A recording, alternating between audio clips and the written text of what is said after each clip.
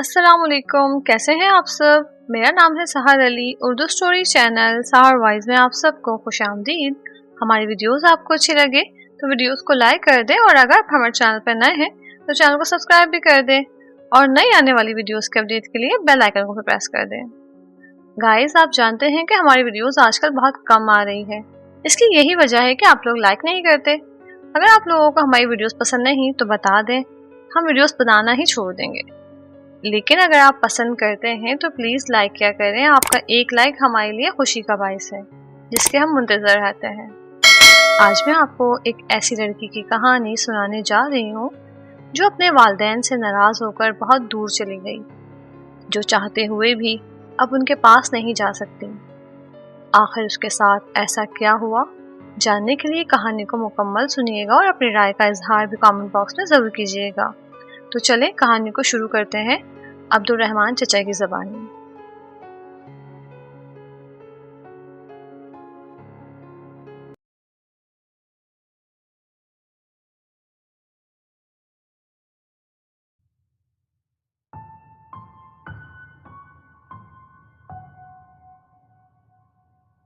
मैं एक security guard था। मेरे अक्सर एक शहर से दूसरे शहर में तबादले होते रहते थे। एक बार मेरा तबादला एक ऐसे इलाके में हुआ जो बहुत ही गुंजान इलाका था। वहाँ आबादी ना होने के बराबर थी। हर तरफ जंगलात और पहाड़ थे, और सबसे बड़ा मसला इस इलाके में ये था कि वहाँ मोबाइल सिग्नल्स भी काम नहीं करते थे। इसलिए इस इलाके में तबादले के बाद 3 महीनों तक मेरा अपनी बीवी बच्चों से राब्ता बिल्कुल ना हो सका।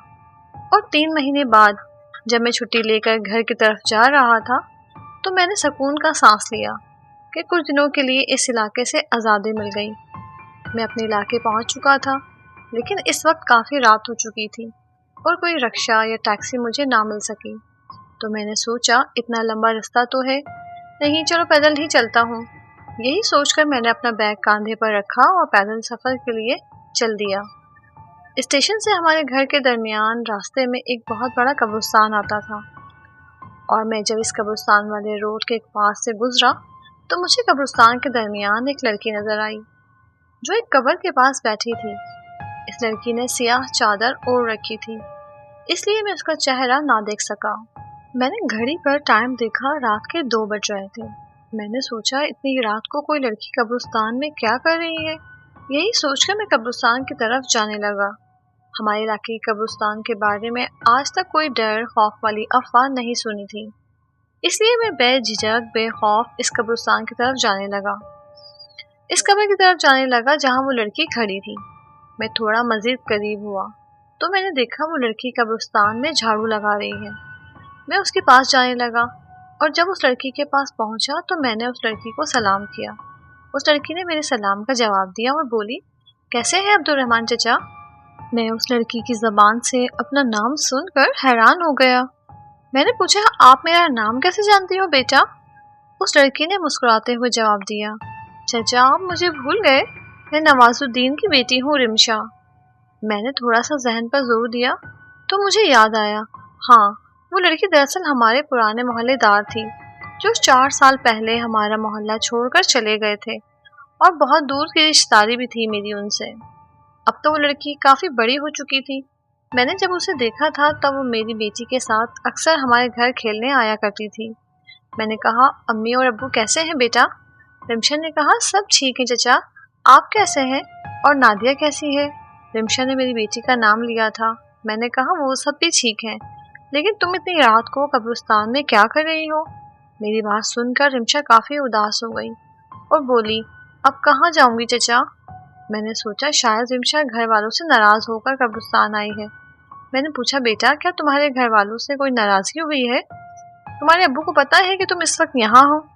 मेरी बात सुनकर रिमशा बात टालते हुए बोली, आप छोड़ें चचा, पानी पियेंगे आप। मैं काफ़ी थका हुआ था तो मुझे बहुत प्यास लगी थी। मैंने कहा, हाँ बेटा पिला दो। रिमशा ने एक छोटे घड़े से पानी भर कर निकाला और पानी का प्याला मेरी तरफ बढ़ाया। रात का वक्त था, मैंने प्याले की तरफ देखे बिना ही प्याला होठों से लगा लिया और सारा पानी पी गया। लेकिन पानी पीने के बाद मुझे एहसास हुआ जैसे पानी का जायका काफ़ी अजीब था। मैं थोड़ी देर वहीं खड़ा रहा, फिर रिमशा से बोला, आओ बेटा, मैं तुम्हें घर ले जाता हूँ। तुम्हारे वालिदैन से जो शिकायत होगी मिलकर बैठ कर हल कर लेंगे, रिमशा ने बड़े दर्दनाक अंदाज में कहा। अब तो बहुत देर हो गई चचा, आप जाएं, मैं बाद में आ जाऊंगी। मैं अपना सामान उठाकर खड़ा हो गया और रिमशा को खुदा हाफिज कहता हुआ घर की तरफ रवाना हो गया। मैं 1 घंटे बाद घर पहुंचा। रात काफी हो चुकी थी। मेरी बीवी दरवाजे पर मुझे अचानक देखकर हैरान हो गई और काफी खुश थी। बाकी बच्चे सारे सो रहे थे। मेरी बीवी मुझे एक कमरे में ले गई और मेरे लिए चाय बनाकर ले आई। खाना खाया हमने और बातों बातों में मैंने अपनी बीवी से पूछा, ये नवाजुद्दीन भाई आजकल कहाँ होते हैं? मेरी बीवी अचानक नवाजुद्दीन के जिक्र पर हैरान होते हुए बोली, वो दूसरे मोहल्ले चले गए हैं, फिर कोई खास राब्ता नहीं हुआ उनसे। मैं बस एक बार उनके घर गई थी, लेकिन उनका एक बेटा मेरे ख्याल में वापडा में नौकरी करता है। बातों बातों में मैंने बीवी से जानने की कोशिश की, और उनकी दोनों बेटियां कैसी हैं?